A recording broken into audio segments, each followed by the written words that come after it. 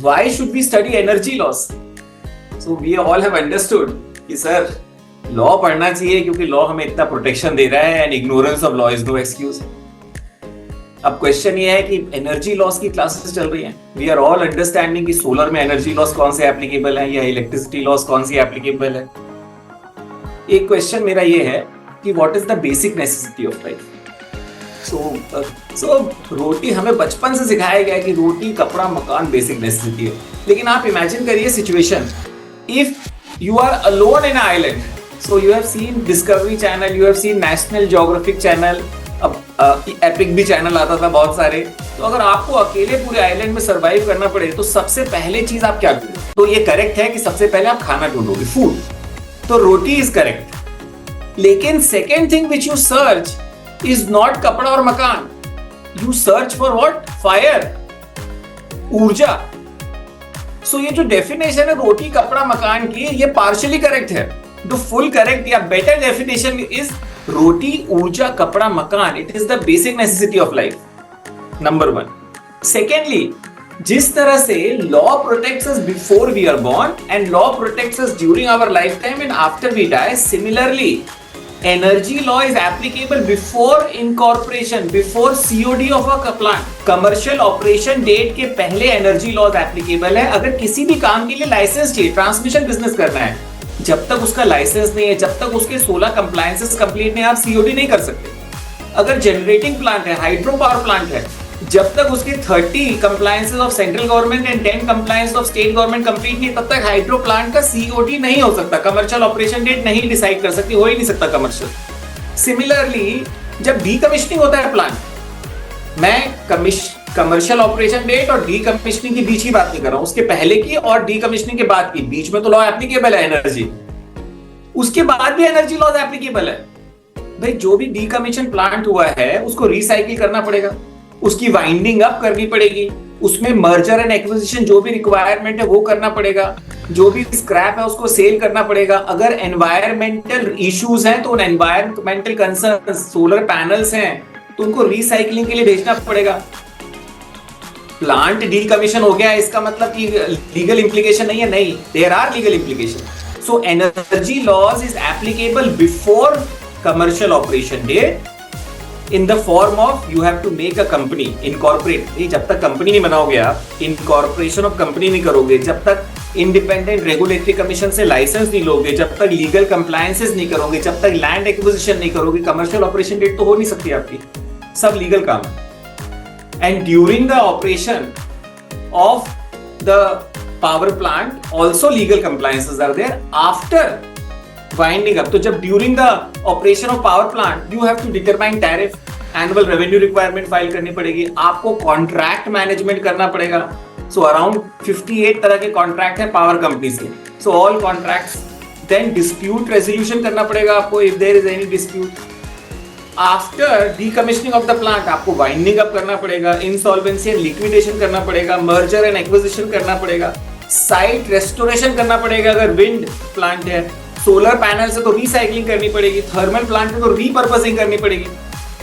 अब आप देख लो, energy laws is applicable before the birth of a power plant, energy law is applicable during the operation of power plant, energy laws is applicable after the death of power plant. So first reason for understanding energy laws is let us understand energy law if we are working in energy sector.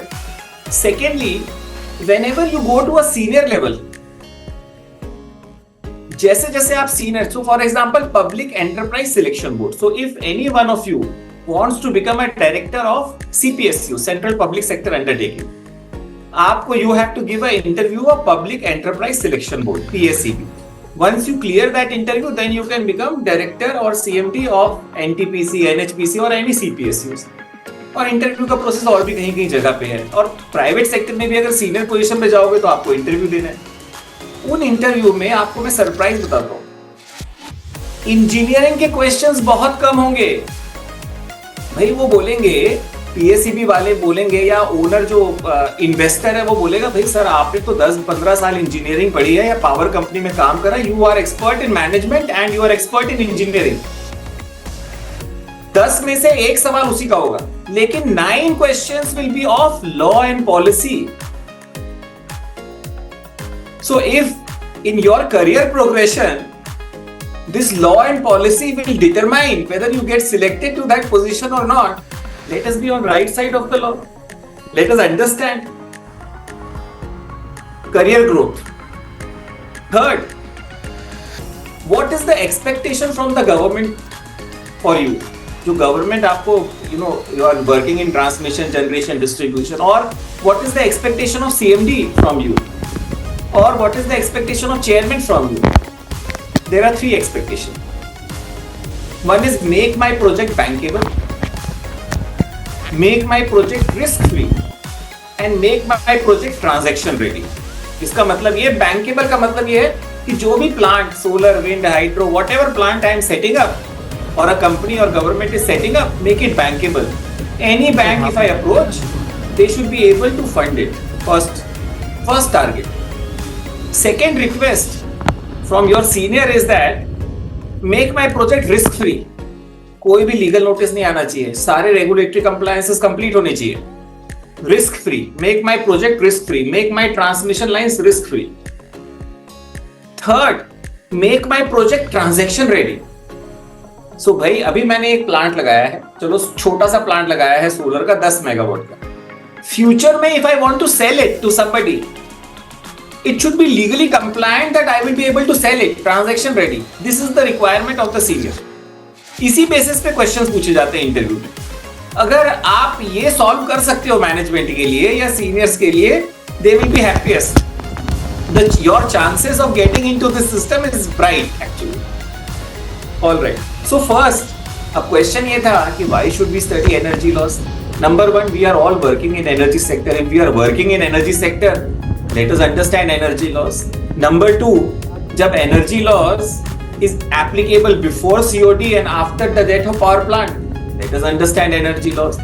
Number three, if energy is one of the basic necessities of life. Fourth, अगर career growth में और senior position में जो discussion होता है या senior director की position में जब डिस्कशन होता है या मेंबर चेयरमैन की पोजीशन में डिस्कस होता है तो वो लॉ एंड पॉलिसी डिस्कस करते हैं इंटरव्यू में. So for our career growth let us understand energy laws. उसके बाद if you want to make your power project risk free, transaction ready, then also let us understand energy loss. So hope I have answered the question why we should study energy loss.